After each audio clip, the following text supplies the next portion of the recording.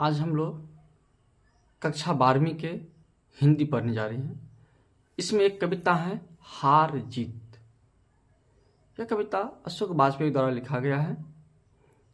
कवि इस कविता के माध्यम से युद्ध की बुराइयों का वर्णन किया है।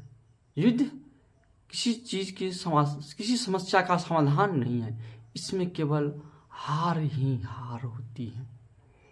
तो कवि इस कविता के माध्यम से युद्ध की बुराइयों का वर्णन किया है और समाज में, देश में यह कह रहे हैं युद्ध किसी भी परिस्थिति में नहीं होना चाहिए। हर बात को हम बातचीत, हर समस्या को हम बातचीत के माध्यम से सुलझा सकते हैं। युद्ध किसी भी समस्या का समाधान नहीं है।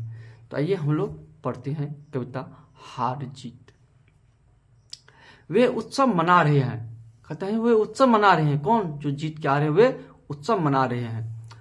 सारे शहर में रोशनी की जा रही है, सारे शहर को सजाया जा रहे हैं, रोशनी किया जा रहा है।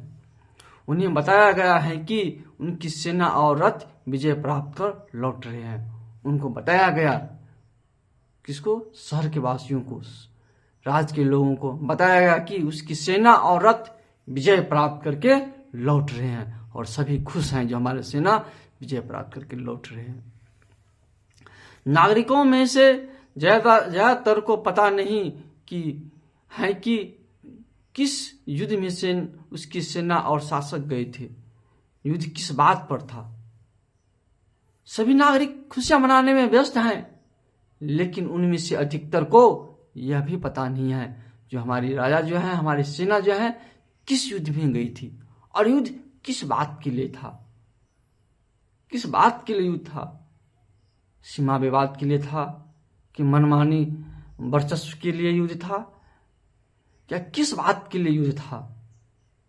वो भी नहीं समझ रहे हैं, बस वे खुशियां मनाने में व्यस्त हैं। यह भी नहीं कि शत्रु कौन था, पर वे विजय पर्व मनाने की तैयारी में व्यस्त हैं। और यह भी नहीं जान रहा है वो शत्रु कौन था जिस पर हम विजय प्राप्त करके लौट रहे हैं। वो शत्रु कौन था? क्या वे कोई अपने थे या पराये थे? कौन थे?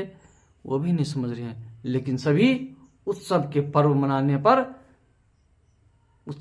मना रहे हैं, वे खुशियां मना रहे हैं। उन्हें सिर्फ इतना पता है कि विजय हुई है। उन्हें सिर्फ इतना ही पता है कि विजय हुई है, लेकिन विजय क्या होता है वो भी उन्हें पता नहीं है। उनकी आशय क्या है यह भी स्पष्ट नहीं है। उसकी आशय क्या है, उसका अर्थ क्या है, वो नहीं समझते हैं, वो भी उसको स्पष्ट नहीं है। विजय होती क्या है? किसकी विजय हुई? सेना की कि शासक की कि नागरिकों की? यह विजय किसकी हुई? सेना की हुई है कि शासक की हुई है कि जनता का हुआ है, नागरिक का हुआ है? वो नहीं समझ रहे हैं। किसकी विजय हुई?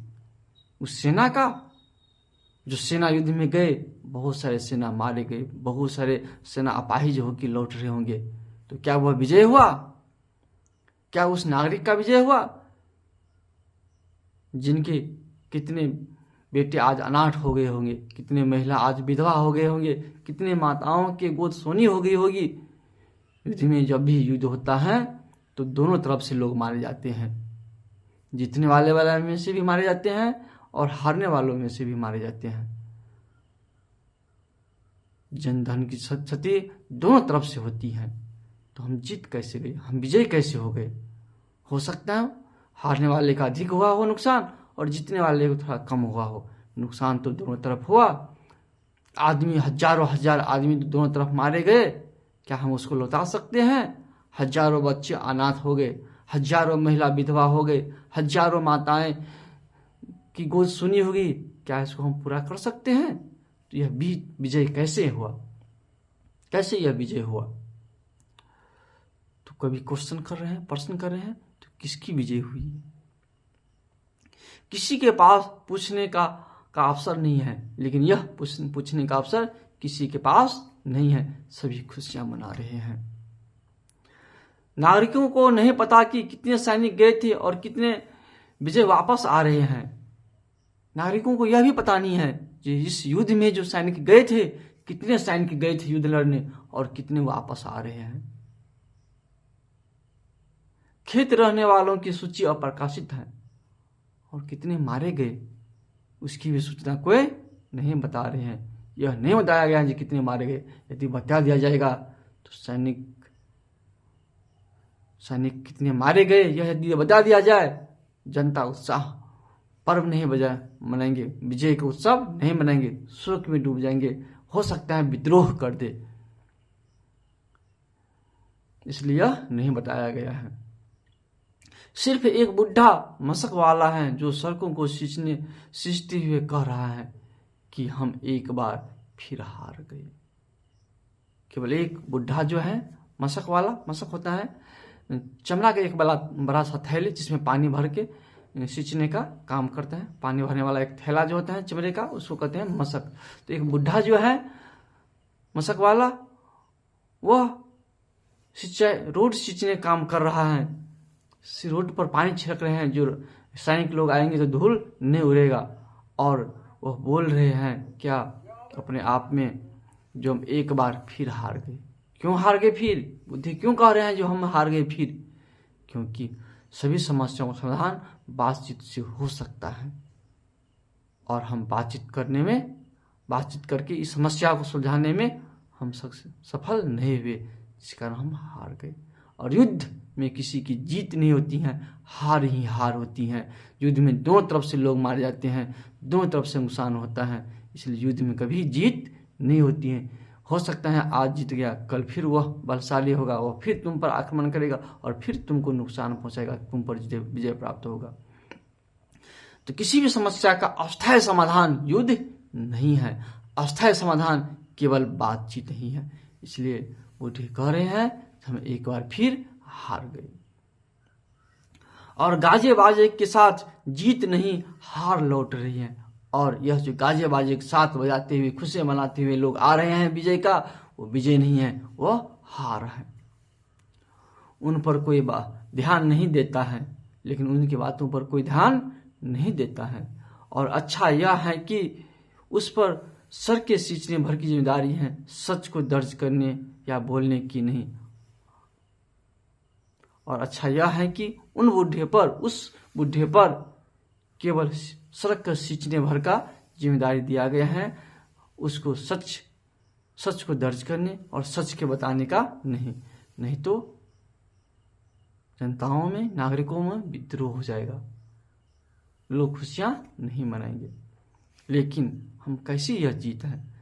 क्या यह जीत उन माताओं को गोद भर सकते हैं जिनके बच्चे मर गए युद्ध में? क्या यह विजय उन महिलाओं का पति वापस कर सकते हैं जो सैनिक के रूप में इस युद्ध में मारे गए होंगे? क्या यह विजय उन माताओं की गोद भर सकते हैं जिनके पुत्र युद्ध में मारे गए होंगे? यह कैसी विजय है?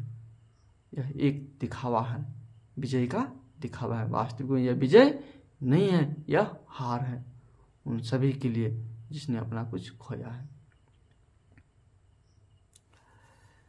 जिन पर है वे सेना के साथ ही जीत कर लौट रहे हैं, और यह सत्य बताने का जिम्मेदारी जिस पर है वे सेना के साथ ही लौट रहे हैं। इस कविता के माध्यम से कवि यह कहता है हमें अपने आसपास में भी या बड़े स्तर पर भी कभी भी हमें युद्ध नहीं करना चाहिए, कभी भी हमें लड़ाई झगड़ा नहीं करना चाहिए। सभी समस्याओं का समाधान हमें बातचीत से करना चाहिए।